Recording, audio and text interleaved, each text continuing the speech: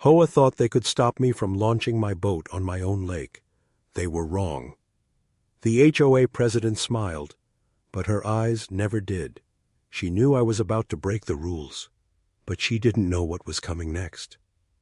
I stood at the water's edge, staring at the boat, knowing I was about to set it free.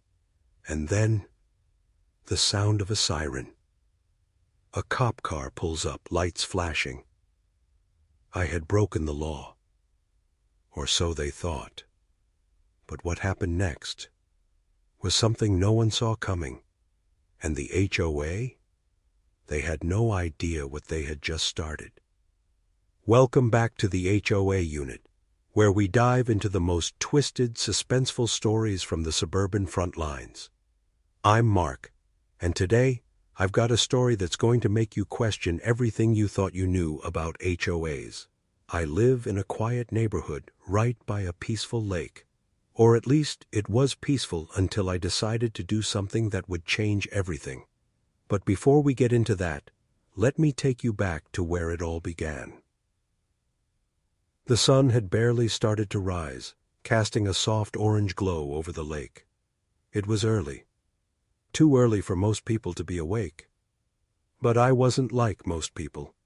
Today was the day I was going to launch my boat. The water looked so peaceful, calm, almost inviting.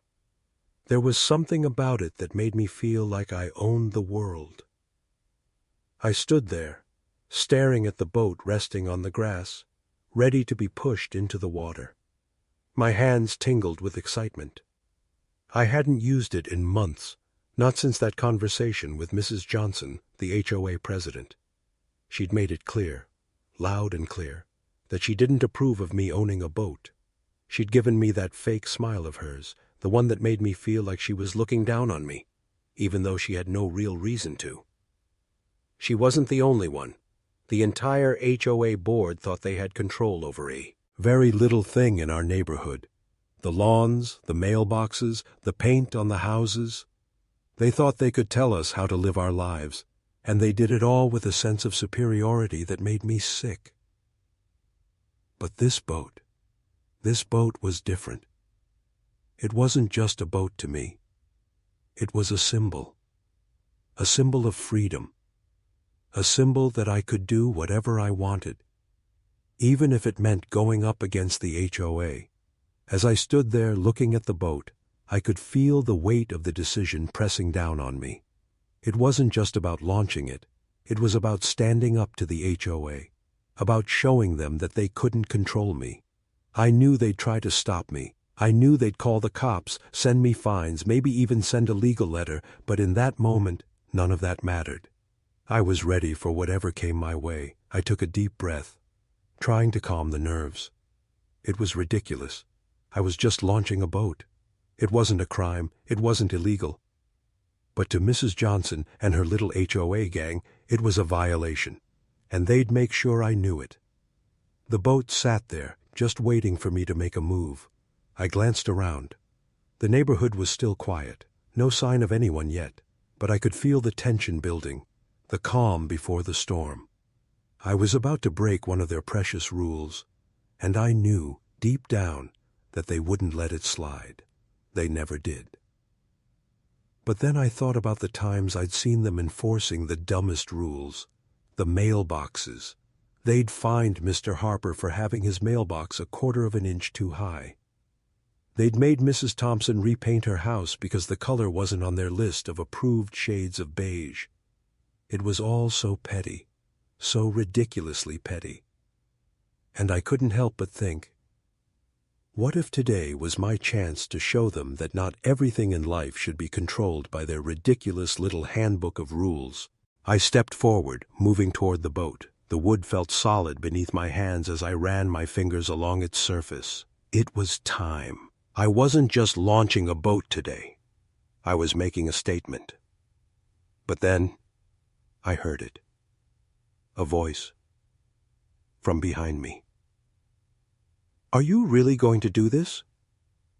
I froze, my heart skipping a beat. It was Mrs. Johnson. Of course it was. I turned around slowly. and there she stood, hands on her hips, that same judgmental look on her face. "You know the HOA has rules about this, right?" she said, her voice dripping with that fake sweetness. "You can't just launch a boat on the lake without permission. It's a violation."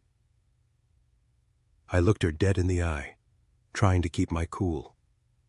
I wasn't going to let her intimidate me, not today, not ever again.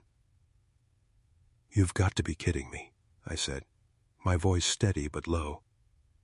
"This is my property. I can launch my boat whenever I want."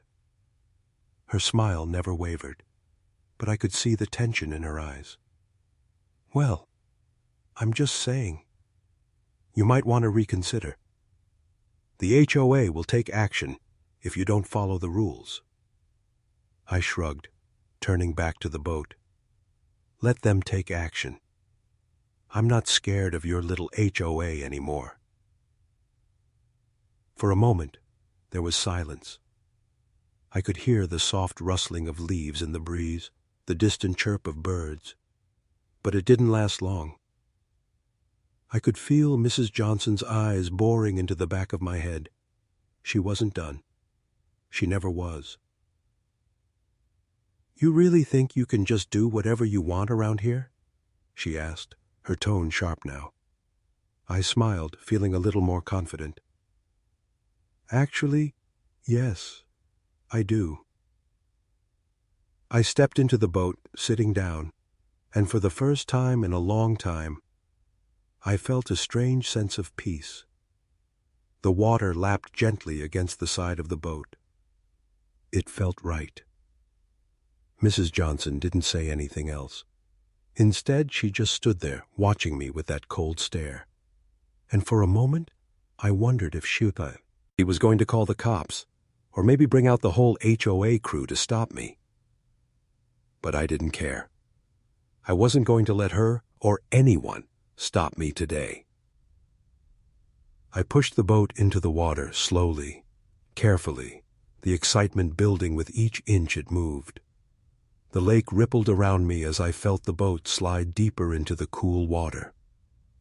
But just as I was about to take that first long, satisfying breath of freedom, I heard the unmistakable sound of sirens. I looked up, startled. And there it was, the flashing lights, a cop car rolling up the street, heading straight for me. Was this really happening?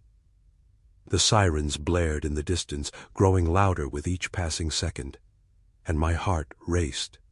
I could see the flashing lights cutting through the morning mist as the cop car turned into our street. I couldn't believe it. This was really happening. Mrs. Johnson was still standing there watching me, but now she was smirking. She had called the cops, and I couldn't help but feel a bit of satisfaction. This wasn't just about a boat anymore. It was about power, control, and I wasn't going to let her or anyone else take that from me. The cop car came to a halt just a few yards away, and the officer stepped out slowly, eyeing the boat with a skeptical look. He was tall, broad-shouldered, and didn't look like he had much patience for small-town drama. His gaze shifted from me to Mrs. Johnson, who wasted no time marching over to him. "That's him," she said, pointing at me like I was some kind of criminal. "He's violating the HOA rules. He's launching a boat on the lake without permission. He needs to be stopped." The officer glanced at me, his expression unreadable. I could feel the tension in the air, thick enough to cut with a knife. For a moment neither of us spoke, and I wasn't going to speak first. "I'm not breaking any laws," I said calmly, standing up in the boat. "This is my property, my lake. I have every right to launch my boat." The officer looked at the boat again, then back at me. His gaze softened just a little bit. He clearly didn't want to get involved in HOA drama. "I'm not sure what the HOA rules say about this," he said, rubbing the back of his neck, "but I don't see any reason why you can't enjoy your boat." Mrs. Johnson's jaw dropped. "What are you talking about? He's violating the community rules. You're supposed to uphold the law, not let him do whatever he wants." The officer didn't even flinch. He turned to her and raised an eyebrow. "Ma'am, I'm just here to keep the peace. If there's no legal issue, I can't stop him." And with that, he turned and walked back to his car, leaving Mrs. Johnson speechless, standing in the middle of the street with her hands clenched into fists. I could almost hear her brain working, trying to figure out how she was going to salvage this situation. But I wasn't worried about her anymore. I was focused on the water, the boat, the lake. I was free. I kicked the motor into gear, and the boat started to rumble to life. The hum of the engine felt like victory to me. I turned the throttle and pushed the boat out further into the lake. The water splashed against the sides, and for the first time, I felt like I was in control of my own life. The sun had fully risen now, and the world seemed to be waking up around me. The houses along the shore stood silent, their owners still asleep, unaware of the battle that had just unfolded. But that didn't matter. I was in the middle of my own personal revolution, and nothing could take this moment away from me. As the boat drifted further from the shore, I glanced over my shoulder. Mrs. Johnson was still standing there, watching me from the shoreline. Her face was a mix of disbelief, of an anger.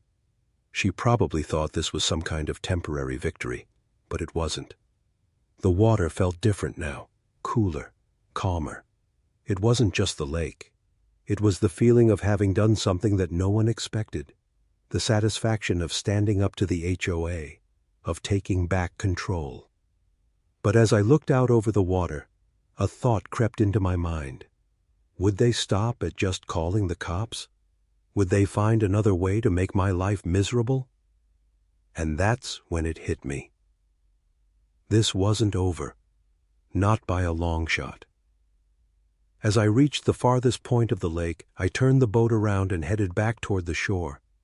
The motor buzzed quietly, but in the back of my mind, I could feel the storm building again. This wasn't just about launching a boat anymore. It was about everything they had taken from me over the years, the petty rules, the fines, the way they'd made every small part of life feel like a battleground. I parked the boat on the shore, stepping out and walking back toward the house. Mrs. Johnson was gone now. No more glares, no more threats. Just silence.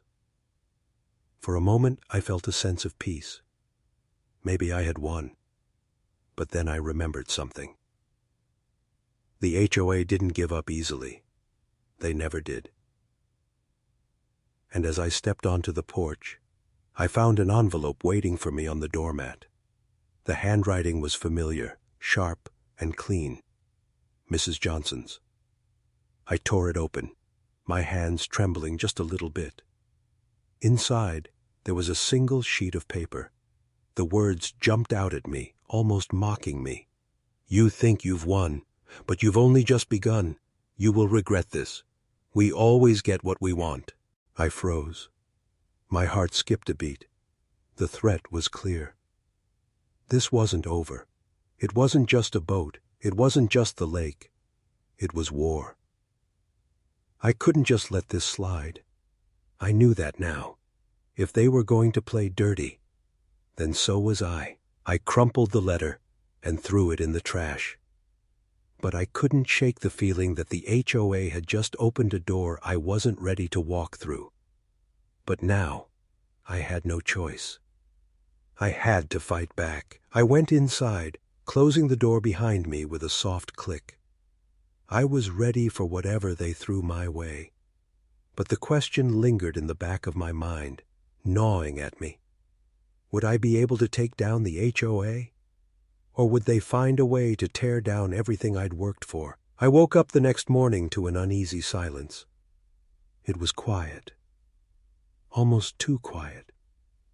The air felt thick, as if the calm before the storm was hanging over me. I couldn't shake the feeling that things were about to get much worse. I had done something that no one in this neighborhood dared to do. And now, the HOA was going to make me pay for it. I just didn't know how yet. The letter Mrs. Johnson had left me was still fresh in my mind. The words were burned into my memory. You think you've won, but you've only just begun. You will regret this. We always get what we want. I couldn't let it go. It was more than a threat. It was a promise. And I knew from experience that the HOA never made promises they didn't keep. I walked outside to the boat, now parked safely on the shore of the lake, and for a moment, I almost felt at peace. The water lapped gently at the sides of the boat, the sun shining down as if nothing had happened. But I knew better. The calm was just temporary. The first sign of trouble came a few hours later. I was sitting in my living room sipping on a cup of coffee when the sound of tires crunching on gravel reached my ears. I looked out the window, and the HOA truck, rolling slowly down the street. Mrs. Johnson was behind the wheel, her expression cold, her eyes locked on my house. She stopped right in front of my driveway and sat there for a moment, staring at the boat, then back at the house. I felt my stomach tighten. I knew this wasn't a friendly visit. I wasn't about to get a nice job or a congratulations for standing up to them. I stood up, walked to the door, and opened it just as she got out of the truck. Her heels clicked sharply against the concrete, each step purposeful, each one making my heart race a little faster. She looked at me without a word for a moment, but I could see the anger bubbling just beneath the surface. "You think you've won, don't you?" she said, her voice low, venomous. "That little stunt of yours, launching your boat without permission. It's not just a violation. It's a declaration of war." I leaned against the door frame, arms crossed, trying to stay calm. "I'm not sure what you mean. I didn't break any laws." Her lips curled into a smile, but it wasn't friendly. "Oh, you will. Just wait." She turned and walked back to her truck without another word, but her words hung in the air like a thick fog. The war had begun, but I wasn't going to back down. That evening, I found out exactly what she meant. I was watching TV, trying to block out the mess the HOA had started, when my phone buzzed. A text from a neighbor. "Tom, you're going to want to see this," the message said, with a link attached. I clicked it, my curiosity piqued. The video started playing, and there it was. The HOA board's meeting. Mrs. Johnson was sitting at the head of the table, her voice booming through the screen. "And as for the violation regarding Mr. Your Last Name's boat, we will be filing a formal complaint with the city. He is not above the law. We cannot let this behavior slide." I felt my jaw tighten. She wasn't just upset with me. She was out for blood. And now she had the full backing of the HOA board. But that wasn't the worst part. The worst part was when she added, "We need to make an example out of him. He thinks he can defy us without consequences. Let's show him exactly who holds the power in this neighborhood." That's when I realized. This wasn't just about a boat. This was about control. And I was the target. I slammed the phone down on the table, my blood boiling. They thought they could break me. They thought they could push me into submission. But they were wrong. I wasn't going to let them win. I spent the next few hours thinking about my next move. I knew they were coming for me. The HOA wasn't going to stop until they had me cornered. But what if I could turn the tables on them? What if I could make them regret ever messing with me? The next morning, I woke up with a plan. I wasn't just going to follow the rules anymore. I was going to play the game on my terms. I walked to my garage and pulled out the stack of paperwork I had been collecting for months. The HOA had made more mistakes than I could count, violations they had never enforced, fines they had imposed unfairly, laws they had twisted to fit their narrative. I'd kept track of every single one of them, every illegal action, every unfair rule, and now it was time to use that information. I sent an email to the HOA board outlining every single violation I had found, demanding that they address these issues immediately. I attached legal documents proving my case, and just for good measure, I included a reminder. You are not above the law, and I will not back down. I suggest you act accordingly. I knew it was a risk, but it was the only way to make them see I wasn't scared anymore, and I wasn't going to be their punching bag. That afternoon, I received an email back. The HOA president's signature was at the bottom of the message, but it wasn't from Mrs. Johnson. It was from one of the board members. The email read, "We are aware of your complaints. Rest assured we are looking into this matter. But you should know, we take violations seriously, and the consequences for defying the HOA are severe." I felt a chill run down my spine. This wasn't just about a boat anymore. They were threatening everything I had, my home, my property, my peace of mind. But I wasn't going to back down. Not now. Not ever. The email from the HOA hit me like a slap in the face. The words weren't just a threat, they were a declaration. The consequences for defying the HOA are severe. I read those words over and over. Each time they felt heavier, like they were sinking deeper into my chest. They were coming for me. I knew that now. But the thing that pissed me off the most? They still didn't get it. They didn't understand that I wasn't just some homeowner who would roll over and take their bullshit. As I sat there, staring at the screen, I felt a fire building inside me. They thought they had power. They thought they could intimidate me with their rules and their threats. But they didn't realize something. They were dealing with someone who had nothing to lose. I wasn't about to let them tear me down. Not now. Not ever. I grabbed my phone and dialed the one person who might have some advice for me. Tom. He was a quiet guy, didn't get involved in much, but he'd lived in the neighborhood longer than anyone. He knew how the HOA worked, and if anyone had the inside scoop on how to fight them, it was him. "Hey, Tom," I said when he picked up. "I need your help." There was a pause on the other end. "What's going on?"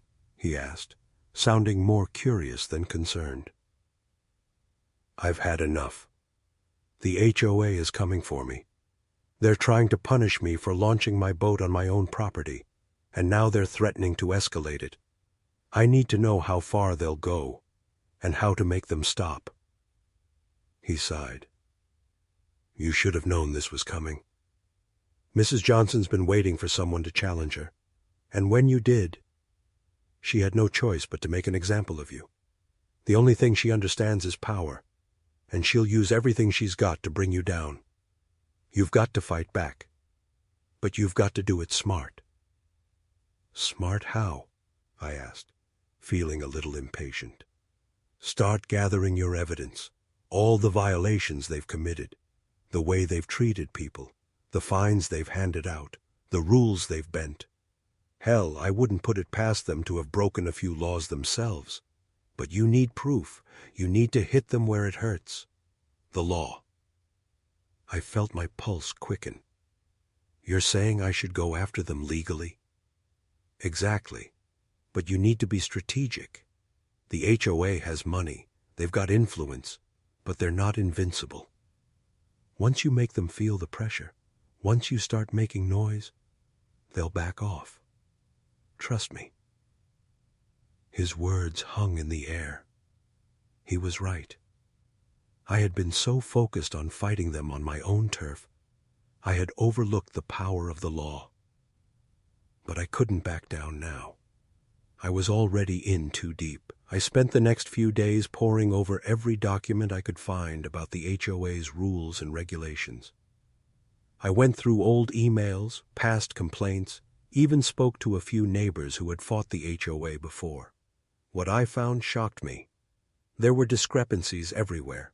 Fines that had been issued unfairly, rules that had been ignored when it suited them.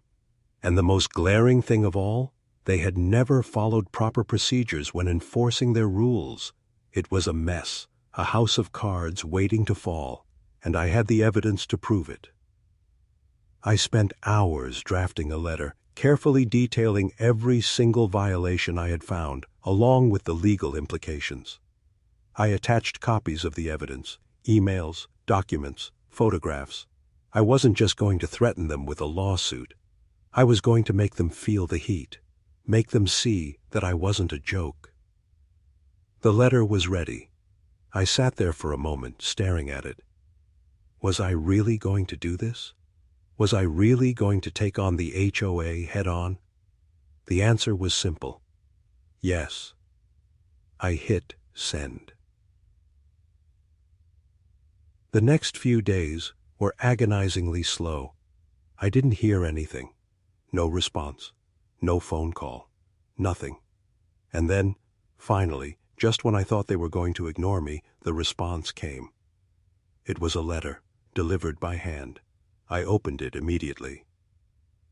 Dear, your name. We acknowledge your recent complaints regarding the enforcement of our community rules. However, we do not take kindly to threats, nor do we tolerate the spreading of false information. We have consulted our legal team, and they have advised us to proceed with legal action if necessary. We suggest you reconsider your position, as further actions against the HOA could result in serious legal consequences. Sincerely, the HOA Board of Directors. My heart raced as I read the letter. They were serious. They had their legal team involved now. I had poked the bear, and it was ready to bite. But I didn't flinch. If anything, this made me even more determined. They thought they could intimidate me with their fancy lawyers and empty threats? They didn't know who they were dealing with. I spent the next few days meeting with an attorney, gathering all the legal documents I could find, and preparing for battle. This wasn't just about the boat anymore. This was about everything they had ever done to the people in this neighborhood, and now I had the power to make them pay for it. But as I sat in the lawyer's office, looking over the paperwork, a thought kept running through my mind. Was I prepared for the consequences? Was I ready to go all in? The days after sending the letter felt like a ticking time bomb. Every moment could be the one where the HOA finally retaliated. The silence was deafening, and the tension in the air was enough to make anyone lose their nerve, but not me. I wasn't going to back down. I was in too deep now, and I knew I couldn't stop until I had exposed everything they had done. I woke up one morning to the sound of knocking on my door. It was early. Too early for any normal visitor. I felt the familiar knot in my stomach, that same anxious feeling that always came before the storm. I opened the door to find a delivery man standing there with an envelope in hand. "Sign here," he said, his voice flat, as if he had delivered legal papers 100 times before. I signed without thinking, already dreading what was inside. As soon as the man left, I tore open the envelope and pulled out the letter. My eyes quickly scanned the words, each one making my pulse quicken. It was another legal document, but this time it wasn't just a threat. Dear, your name. We regret to inform you that your recent actions against the HOA have left us no choice but to proceed with legal action. We have contacted our attorney, and they are prepared to take you to court. If you do not comply with our demands, we will seek to recover legal fees and damages. You are hereby warned that any further defiance will only worsen your position. Sincerely, the HOA Board of Directors. The words hit me hard, and for a moment I just stood there, staring at the letter. They were really going to take me to court. I had expected it, but seeing it in writing was a whole different thing. My stomach twisted into knots, and my mind raced. But then, a strange feeling came over me. Anger, not fear. I wasn't going to let them win. They had made their move, and now it was my turn. They thought they could bully me into submission, thought they could use their legal team to scare me into backing down. But they didn't realize who they were dealing with. I wasn't going to be another victim of their petty power trip. I knew the next few days would be crucial. If I was going to fight back, I needed to be prepared. So I did what I had to do. I went to war. I called my attorney, and we started preparing for the legal battle. But that wasn't enough. I needed more. I needed to make the HOA feel the pressure. I needed to show them that I wasn't afraid of their threats, that I was willing to go the distance. I started gathering more evidence, more examples of their corruption, more cases of the laws they had broken, and this time, I wasn't going to keep it to myself. I posted everything online, every violation, every shady deal, every illegal action. It wasn't just about me anymore, it was about everyone they had ever wronged in this neighborhood. I knew the moment I hit send, there was no turning back. I was going public. It wasn't long before the community started talking. Neighbors who had been too afraid to speak out before were suddenly reaching out, sharing their stories. The complaints started pouring in. People were fed up. They were done being intimidated by the HOA, and they weren't going to stay silent anymore. I could feel the momentum building, and for the first time, I felt like I wasn't alone in this fight. The HOA had no idea what they had unleashed. A few days later, I got a call from my attorney. "We have an update," he said, his voice more serious than usual. "Go ahead," I said, bracing myself. "We've received an offer from the HOA. They want to settle out of court." I froze. What? What kind of settlement? They want to avoid the public spotlight. They're offering to drop the legal action if you retract your statements and remove everything you posted online. I laughed, the sound bitter in my throat. They think I'll just roll over? They think I'll let them get away with everything they've done? My attorney hesitated. They're offering to back off, but they want to save face. This is your chance to end things before they get worse. I shook my head, a new determination surging through me. No, I'm not backing down. If they want to fight, they'll get one. I'm not letting them off the hook. I slammed the phone down and immediately went back to work. There was no way I was going to let them buy their way out of this. The truth had to come out. I had come too far to back down now.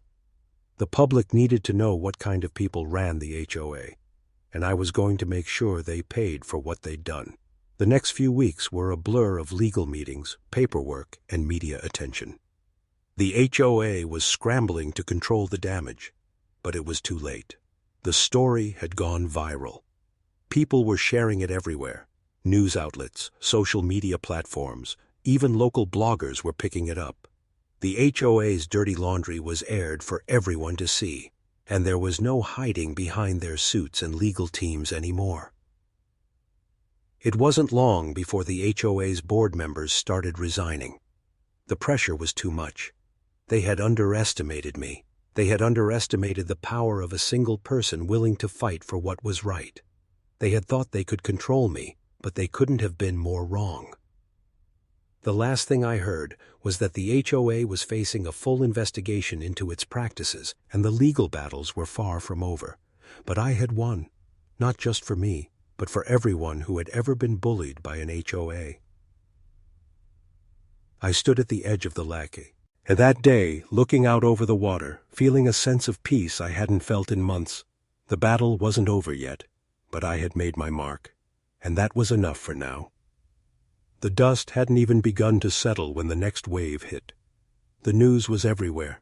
Neighbors were talking, social media was buzzing, and suddenly the HOA wasn't just a local issue. It was a full-blown scandal. I had expected some resistance, but not like this. The board members were scrambling to protect their reputations, and the legal threats kept pouring in. But now, there was something else. Something far more dangerous. The HOA wasn't just angry anymore. They were desperate. And desperate people do desperate things. I had barely recovered from the flood of media attention when I got a strange knock at my door. I wasn't expecting anyone, not after everything had settled, but I opened it anyway, my heart skipping a beat. Standing there was a man in a suit, too well dressed for a regular neighbor. He was holding a briefcase, his face stern. "Mister, your last name?" he asked. His voice clipped.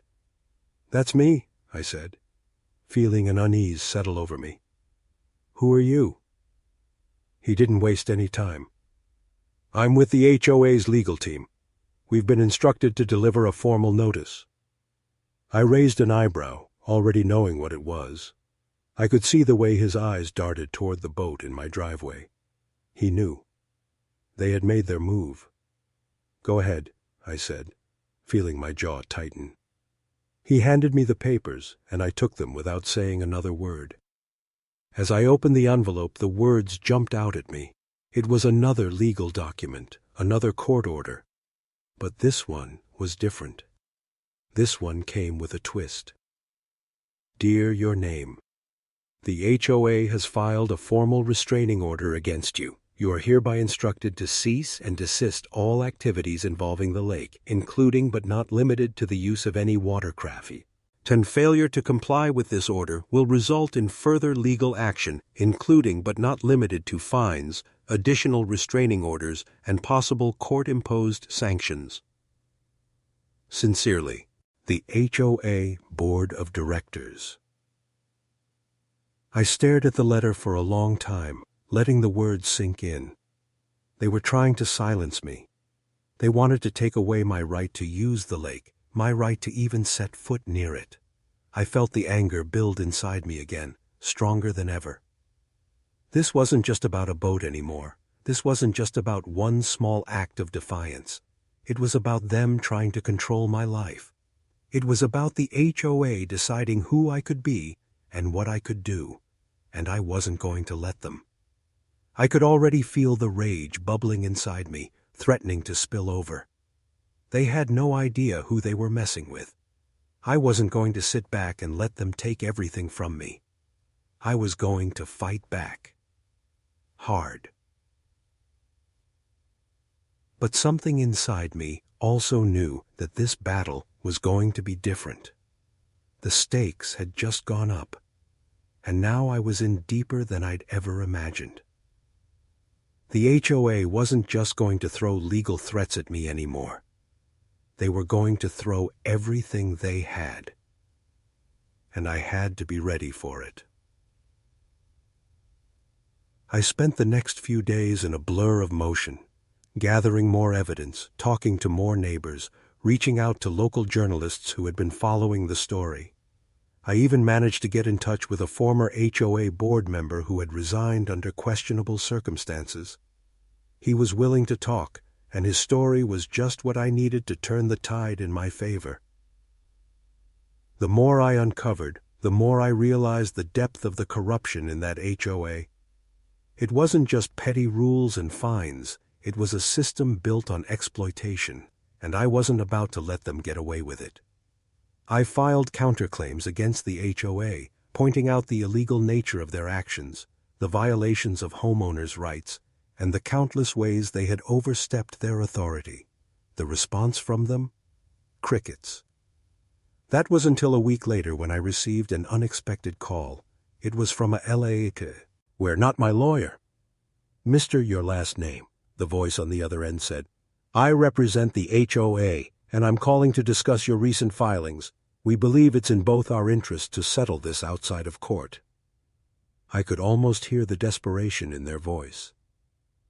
"We're offering to drop all legal action and settle on terms that are favorable to you," the lawyer continued, "in exchange for you agreeing to remove the claims against the HOA and ceasing all public discourse about this matter. Think of it as a win-win." I could feel my pulse quicken as I processed his words. This was it. The moment they realized they couldn't bully me anymore. They were offering me a way out, thinking I'd cave, thinking I'd take the easy way.